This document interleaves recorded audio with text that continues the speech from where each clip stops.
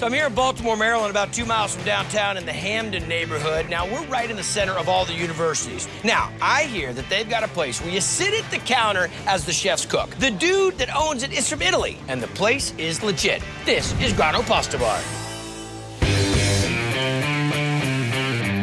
Vanilla vodka. People come here for the pasta because it is homemade.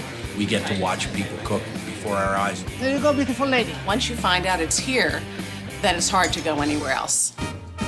But blink, and you might miss it. At only 400 square feet, this joint's been making room for just one thing since Naples-born chef Gino Troia opened in 08. This is an Italian pasta restaurant. Pasta is the foundation, no pizza. The homemade pasta, you can tell it's fresh, it has just been made. Is the pasta tender?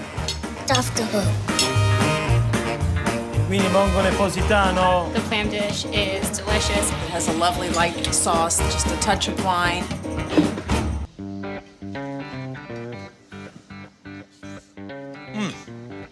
Delicious.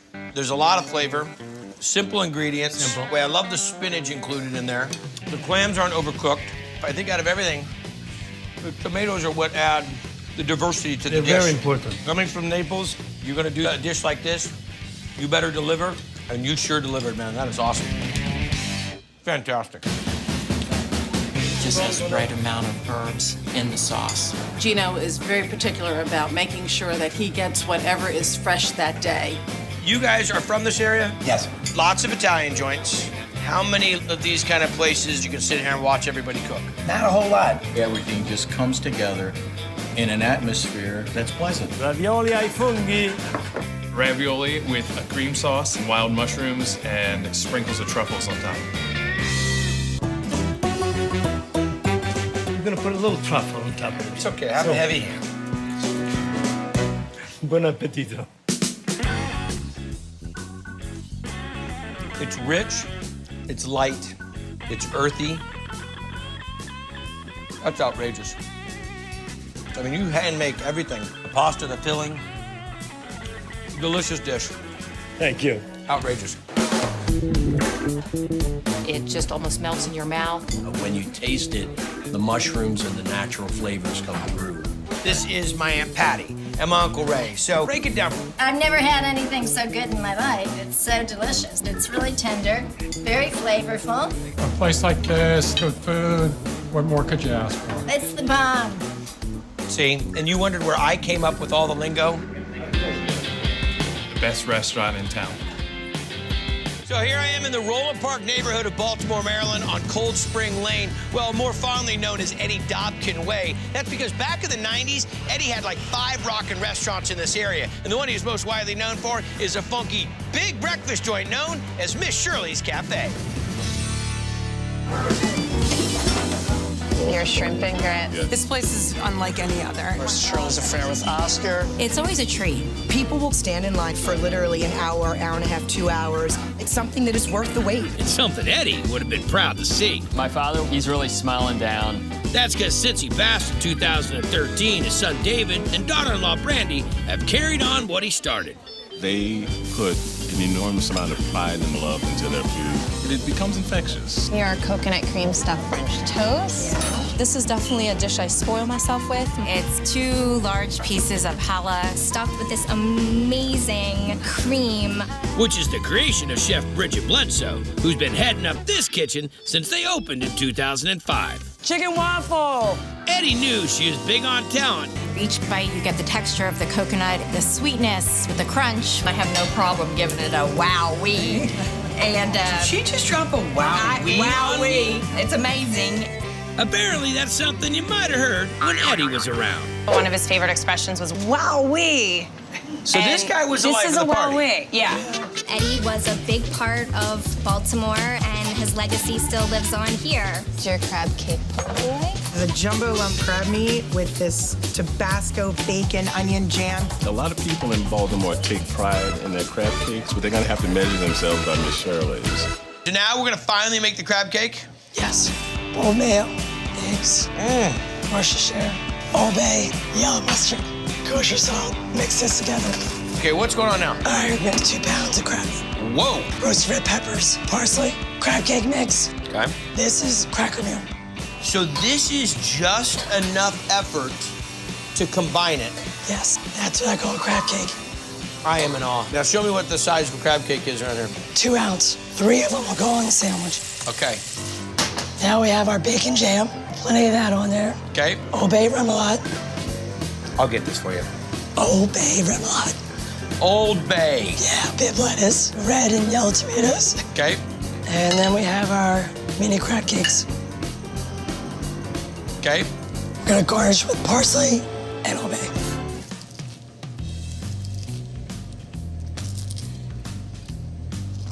This is outrageous.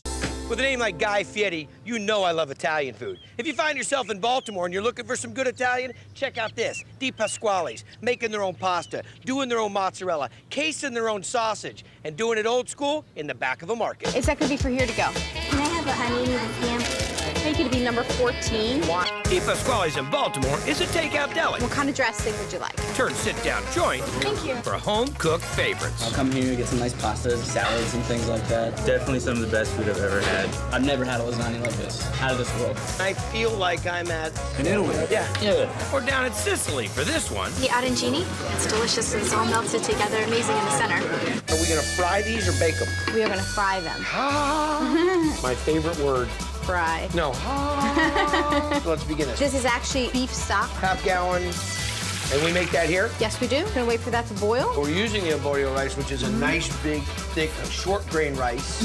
Great to work with when you're making some kind of rice ball. It's easy to mold. Gonna give this a quick stir. Just let this simmer. That's What are we right. gonna add in our ingredients? I'm adding a little bit of sea salt. Okay. A little white pepper. So white pepper, a teaspoon of butter. All right. When it's halfway cooked, We throw in the saffron. Look at that. it's beautiful. The saffron can't last that long. That's right. You kind of put it in there, let it bloom, and boom. Let it bloom, and then boom. We let that finish cooking, and then what's gonna happen? Let it cool down for about 20 minutes. All right. Now, are we doing this traditional style? Yes. I'm learning it the right way? Yes. Grab some rice there, make a little ball. A little. Now we're going to press down on it, make like a little well in there. My well of friendship. Sure. We're gonna grab a little bit of this ground meat mixture that we made earlier. Beef and pork with marinara and veggies. Little mozzarella. Now we kind of bring the top over so we kind of get, Right. so that gets buried in the center. Then you're gonna dip it in your little flour and water. Then into the breadcrumbs. That's right. Just putting a crust on them. Yes. 350-degree oil. Yes. Okay. And then we'll serve them with a little bit of this. More marinara or sauce. tomato sauce. Just till they're nice and golden brown. Which one you like? I think that one's perfect. Okay. Look at that. Pretty. The melted mozzarella. It's beautiful. Pour a little sauce over it. If I was taught how to make those at home, I never would have left home. The rice has got a nice little firm center to it, but nice creaminess on the outside. That is just fantastic. I love the peas in there, too. That's about it right there. Winner, winner, rice ball dinner. First things that hits me is the crispiness of the outer crust. The meat and the rice and the mozzarella all blend together. It's really good. One meat lasagna. The best home-cooked Italian meal you'll ever have. On a scale of 1 to 10, I'd give it a 12. In the world of Baltimore Italians, is this one of the best? This is the best. I would recommend it to everybody. It has an authentic Italian feel. Look at the portions. They give you the portions on how big you are. Look up. Yeah. Is that what you do? You scale in, and then they serve you? Right. If I don't come back here just for the mozzarella and the pasta and the sausage and the whole thing, just to hang out with these cats. So this leg of the trip, you rode in and sent me to Baltimore, to the kind of places we love doing on Triple D. A big, shiny, family-owned diner serving homemade everything from everywhere. Hey, welcome to the Broadway Diner. Pork chops, Romano, shrimp creole, veal parmesan, Cheeseburger deluxe. Salad with swordfish. Very good. puttanesca, meatloaf. Shrimp Creole, not too spicy, it's just perfect. Oh, yeah, that looks hot. They have everything you can think of. We got nice fresh lobster, we got some wonderful mussels. Feast fit for a king, is what I'd call it. But George calls it Broadway Festival. All right, so a little olive oil goes down, throw some scallops in. Something you find in every diner as you travel around the country. Nice lobster tails. I'm gonna throw the shrimp. I'm gonna throw the mussels, of course, right there. Yeah, this is the seafood buffet for 90. Everybody's starting to pop open. Now we're gonna go with the wine. Like a magic show. You see that? You see how he stayed right in it? Run that on slow-mo for me. See what I said? A little garlic, fresh tomato, basil. Love where this is going. salt and pepper. It's a marinara you made, right? Yes. Calamari in last so it doesn't get tough. Because by the time they get served up, that calamari will cook in that sauce. Right. The pasta over here, cheese, grilled cheese. Now we're gonna dish it out. If I lived on an island and all we had to eat was seafood, I don't think I would get that much seafood. Look at that. Look at the juice. Look at the sauce.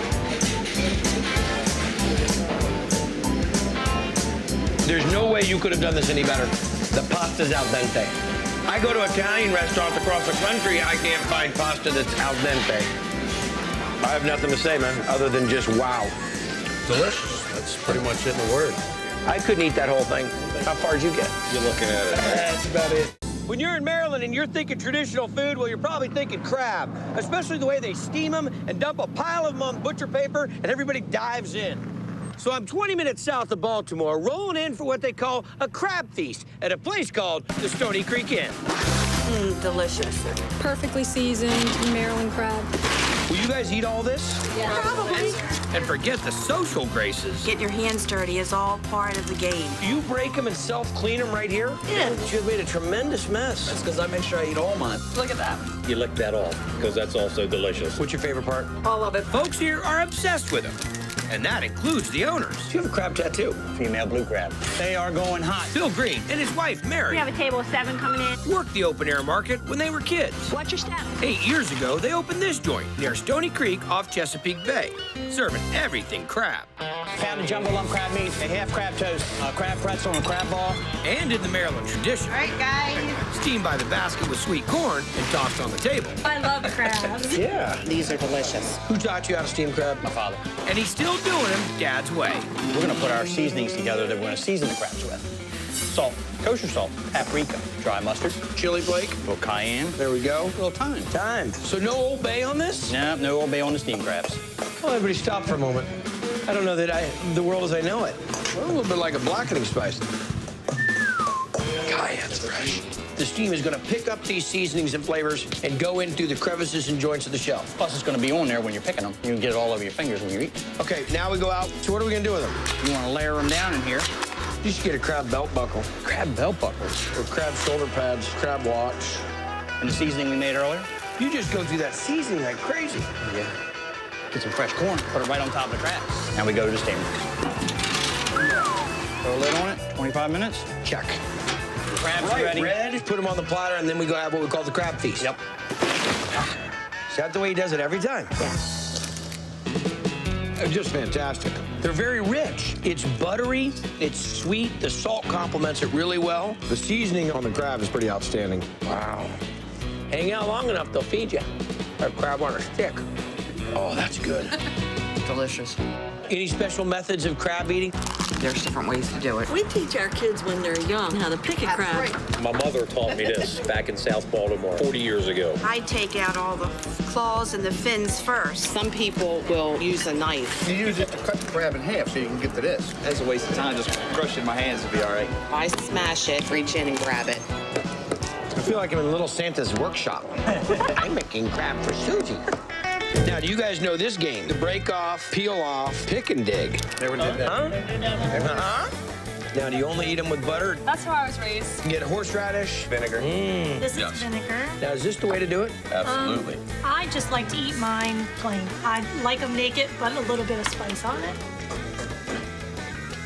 You like it with the vinegar? That might just be it for me. In 1927, a Greek immigrant by the name of Gregory Theokomakos opened a hot dog stand in Baltimore, serving Coney Island-style dogs with his own chili sauce recipe. Now, it was a hit. I mean, a big hit. And 81 years later, it still is. I need 2 up on one, 5 up on 3. Hold the onion. There's something about a G&A hot dog. Enjoy. Makes me feel at home. Is that yummy? It tastes just scrumptious. It's a little bit of heaven. It's like an institution. My grandfather's been coming here since he was a kid. My father. Go ahead and take these. And it all began with owner Andy Ferranto's great uncle Gregory, who partnered up with his cousin Alex and started a tradition. We had it from 1927 to 1966, and my father took it over in 66 to 88 with my uncle. And then it was Andy's turn. Pick it up. We kept all the old recipes, we kept everything the same. And kept the crowds packing in. Best hot dog in town. When I was a little kid, we used to come up here and get hot dogs and watch them turning in the window. You're gonna enjoy this one. Loaded with the original Coney sauce. Ooh, delicious. Andy has still not told me what the secret ingredients are. On the dogs and the burgers, even an omelet. It's the Coney sauce, isn't it? Yes, yes. That's what does it. Absolutely. Now it's time to make the Coney Island sauce. Yes, every day we get fresh ground beef delivered. Do a lot of ground beef around here. Yeah, we sure do. A little bit of water. Oh, you're gonna get in there? Yeah, you gotta get in. You gotta get in, you gotta break down the ground beef. How many days a week do you work? 6 days a week. How many hours a day? 16 hours a day. 16 hours a day, 6 days a week. Yeah. All right, a little more water. And then, guys, I need the paprika. There we go. The celery salt and the chili powder. I'm going to attach the milk crates to your boots and make like milk crate snowshoes for you. Thank you, guys. And then you can have this, and then you go around being 6'6". Coming up on Christmas. Come on, So this is our mixture. So it looks like beef soup. We bring it to a hard boil and then we simmer it for about 2 I hours. like the flavor already. All right. Chili, cheese, and onion. The chili goes on perfect. Great combination. Combination and 2 up on 1. That has everything on it, the onion, ketchup, and mustard, and the chili sauce, and that's what makes it taste the best. I'm usually about a 3-biter. That's one. But great. Nice and juicy dog. Crazy meat concoction on top. White onion's perfect. Bun's nice and steamed. And it costs $1.90. That's it. If I was a college student, I could live here. You taste the hot dog, you taste the onions, you taste the chili. Delicious. It's the best hot dog I've ever had. And you get it quick. I need 2 up on 1. Because they got a code all around. 3 up on 1, hold the mustard. 3 hot dogs for 2 people. They say 3 up on 2. So I'm gonna call them out to you, okay? 7 up 3. 7 up on 3. 2 onion mustard. No. 2 whole chili. Huh? You have to say hold the chili. Oh yeah, maybe I need to get some training. If you want onion and mustard on it, then you say hold the chili. That way I know it's onion and mustard. So I don't have to say hold the chili. No. So if you just want mustard and onion, then you say hold the chili. It's a lot easier. Oh, because it has mustard. Ah, okay, forget it then. You waste no time. 2 up on 1 or 1 up on 2, and they'd have it out to you in no time flat. Andy, he would have 8 or 9 hot dogs lined up on his wrist and arm. 9 of them done in like 30 seconds. I want 10. I can't be the elbow joints right there. 7. I can't do 10, guy. I can do 8. You can do 12 now. Up to my shoulder blade. You graduated. I haven't even taken it to the collarbone or the earlobe yet. And after they're lined up, Andy's throwing in some fries, Baltimore style. The gravy is what makes the French fries. And even that's homemade. You got gravy on your fries? Yes. This is the first place I ever had French fries and gravy. French fries and I gravy. was like 12 years old, and I've been eating them ever since. I know it's a favorite here. Maybe it's just a Baltimore thing. So you dip the fry in the gravy? Yeah. Can I try one? Nothing wrong with that at all. They're the best fries. I dipped the dog in that. My hand. This is the famous Chaps. This is Chaps. Look at that. You come to Baltimore, this is what you better see. If you don't, it's not pit beef. The charcoal pit beef. You're not gonna get it nowhere else. 1 medium rare beef on a roll. It is so tender. It just falls right apart. Let me pit beef. Done the way you want, Medium well and a medium rare, Bill. then sliced thin Oh, look at that. and piled high. Best beef ever. When anybody says Chaps, they know what we're talking about. It started 21 years ago when Bob and Donna Kreger got married. As a wedding gift, my father gave me this little shack. For lawn tools, or what Well, was the no, reason? he said since my husband loved to cook, we should put a pit beef stand outside of his nightclub. Fry and a rare. We started just a grill, an exhaust system, and a register. And learned real quick. 2 beef on a roll? Thank you. Bringing in so many fans, they had to add on a dining room. Somebody get the counter, please. But the beef is still the same. Is this the best pit beef in Baltimore? Yes, it is. Now this is... It's a bottom round. You put about 6 of these on to start the day. You can smell it from as early as probably 6 o'clock in the morning. Once I smelled that smoke, I said I got to get over here. We're just straight on the grill just like it is. 400 or 500 degrees usually. Baker boy, what do you think? That's about right. I'll melt the bowl. Where'd your bling go, Green? Can you get part medium rare and part well done? Here, you can get whatever you want. Medium, the medium rare. For both rare? Yes, sir. Good. You got 3 medium wells. I like rare more than anything. Pull it rare, bring it over to the edge, cut it. Look at that. And now in about 15 minutes, you're ready to start working that. What are we gonna make first? Make a beef sandwich. You can do it. Come on now, keep pushing it. It got to the point where it's really on the rare side. Right. I mean, we're almost tartare right So there. that goes back on the grill. And then we'll bring another piece So this out. is like tag team meat slicing. Exactly. Hey, look at that over there. Oh, check that out. Oh. Now, what do you like to put on these? Onions, maybe a little salt and pepper, bit of horseradish on there. Now, how many of these do you guys sell in a day? A couple hundred. You know, like the little char to it. But I gotta say, the medley of the white onion, the really nice, bright horseradish, a little bit of salt and pepper, a great roll, not too much bread. I hate when you get too much bread and it starts to become... It's all about the meat. Right. That'll just clean you right out, won't it? Wow. That was good for you. Horseradish. Good for you. Whoa. There it is. My toes are tingling. I mean, usually, I go like, wow. Welcome to Baltimore. It's spicy, it's moist. The meat is so tender. I give it way past a 10. You make these great combos. Now, can I custom build my own combo? Oh, absolutely. For my boy Duff. Yeah? Start with the beef. Some jalapenos down, horseradish. Okay, now we put the ham up there. Cut the burger in half. Nacho cheese sauce. Sausage. Pickles. We'll chop beef, turkey. Where are you, Duffinator? My brother. That. Just look at the cascading joy. There you go. There's a champion. Let's cut this in half. No, don't cut it. Don't. If you cut it, it's gonna explode. Look at the bite out of it. Make sure you don't lose anything. Get over here. Oh, he goes for a double bite. What cheese? You got Is there anything right here? You got. Good? No, you look fine.